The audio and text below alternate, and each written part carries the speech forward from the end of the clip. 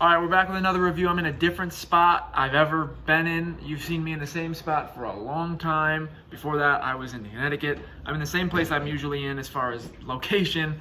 I'm just not sitting, I'm sitting like 10 feet away from where I usually sit because I don't feel like setting up everything, and just I wanted to get this out because I'm behind on Atlanta, and right now I'm just watching them, so I'm making this in between episodes. I just finished episode 6, White Fashion, and then I also watched the review from my idol One Mike on YouTube, who does basically reviews on every show that I like. But just because this show is so complex, and I don't ever feel that I'm going to do it justice in explaining it coherently to people who haven't seen it. So he always has a really good way of putting it together and just bringing up ideas and themes in episodes in a very clear-minded way, and it kind of always helps me refocus. So something that I'm going to jump right into it. He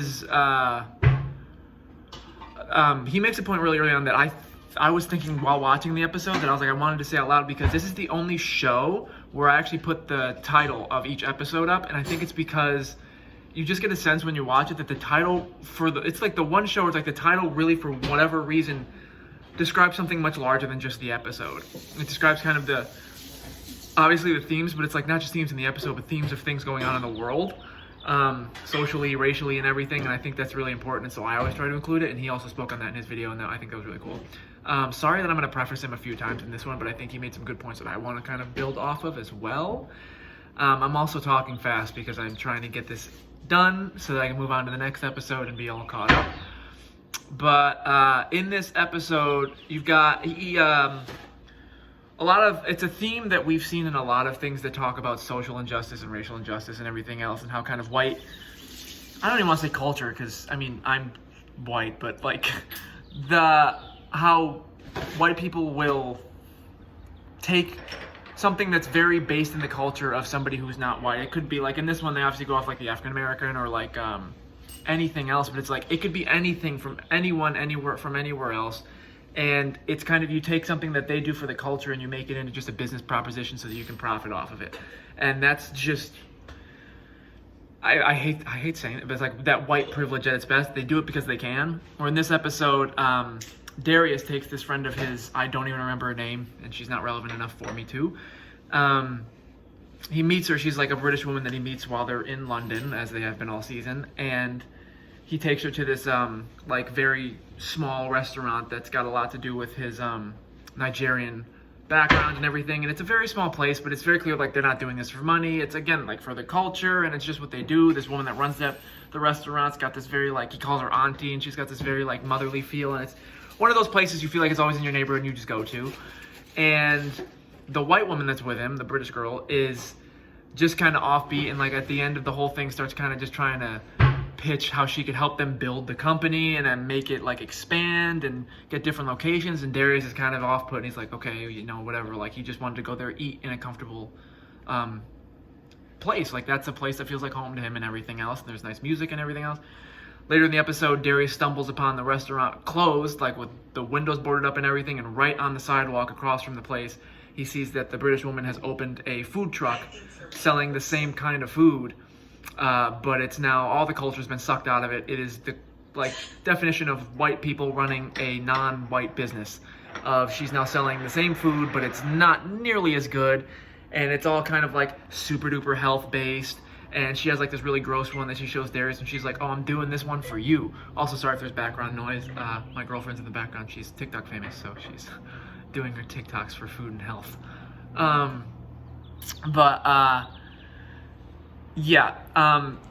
then she tries to offer him food and tries to make it seem like she's done this really good thing. And the reality is, she said she like bought out the woman, and she was like, oh, she like haggled her forever. And the woman was like, no, and finally like said yes. And that Darius was like, oh, so she got another location with the money or whatever. And then the girl's like, I have no idea. We never spoke afterwards. So it's like, she really wasn't trying to help her at all. She just wanted to make profit off of the business in a way that the woman didn't need to.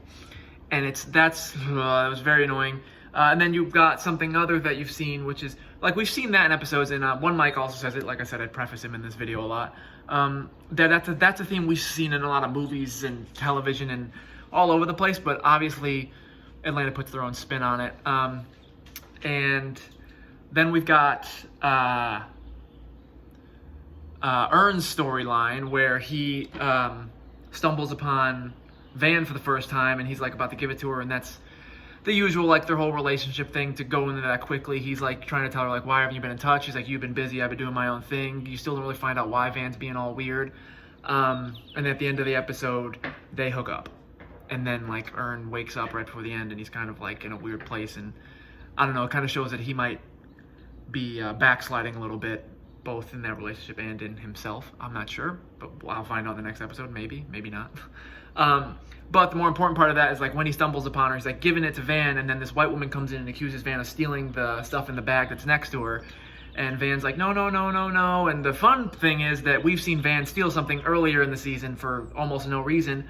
And so we immediately go, this is the confusing part. Like, we on the inside know, oh, there's a good chance Van did steal this. And Ern, you're like, I think you're kind of seeing it from Ern's perspective. Like, we know that he knows she's kind of been stealing stuff since she's gotten there. But now it's a white woman accusing a black woman. And so he feels the need to stand his ground for her. And so he's like, oh, this is my fiance, which it's not. And he's like, this woman's haggling her and everything. And while the white woman is in the wrong for how she actually started putting her hands on Van and trying to make like a citizen's arrest and doing all that kind of stuff. Well, it's not okay. The hotel kicks her out. Ern spins it because the hotel's all apologetic. And Ern's like, oh, this is my fiance. We were going to stay here. They can't find our bags. Starts making these complaints to get them to give him like a free night in the hotel. And the whole time he's lying. He never even had a room there. He was there to just ask them where the nearest Apple store was. But the usual Ern just knowing how to hustle kind of thing. But more importantly, yeah, he like sticks up for Van, and it's just showing another thing with the white privilege of like she thinks she could walk in there and put her hands on a woman because she speculates that she stole something. Or whether or not she knows it, it's never right to act that way, and it's showing a lot of the white privilege. At the end of the episode, when Van and Ern are about to hook up, they're like about to kiss, and Ern does ask her, he's like, did you steal, I honestly forget, a wig, I think it was a wig. And he's like, did you steal that wig earlier? And she just doesn't answer, and she starts kissing him. And so I feel like there's something in there where it's like, there's something going on with Van. You know what I mean? Because if it was this kind of harmless stealing, like even the way Ern asked, it was one of those, like, if she did it for whatever reason, like she had an explanation, he would have been like, okay, whatever. And it's like the fact that she wouldn't tell him, she's in a weird place, and I think she's going to put Ern in a weird place, and I'm really curious to see where that relationship goes.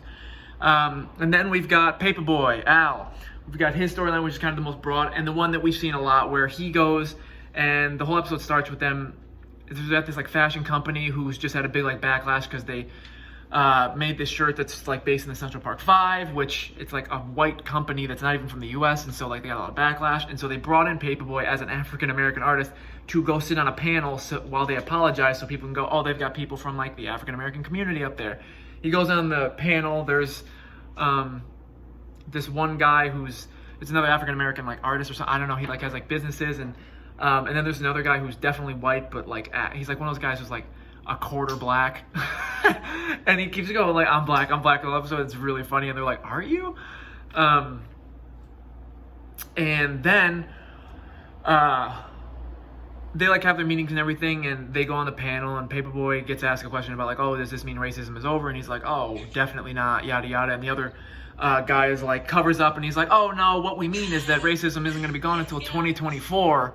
And that kind of encapsulates where everybody is, where he's like, oh, we've been doing this for a while. You have to just say what you need to say, like, to get ahead. And Paperboy has this whole thing. He's like, all right, I'll do what you want, but I want like free clothes. I want all this. And that's at the beginning of the episode. And then he learns that he's like, that's the wrong way to think about it. I should actually try to help my community if I'm going to do this. I want to take a stand. He gets all of them on board and picks the guy that that's been kind of like having his back the whole time.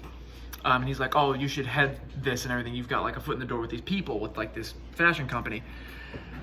He's like, I want to put together an ad for this thing, which Ern actually tells Al about at the beginning of the episode, where he says, I want to do something larger, because Al's like just getting clothes from everything from this company, and Ern's like, why do you do this? Why don't you actually use this to pull the strings to help the community? And tells him about this different idea he has for like just helping like the hood he came from and everything. And he's like, it's just for like people like us that don't have these opportunities that white people get.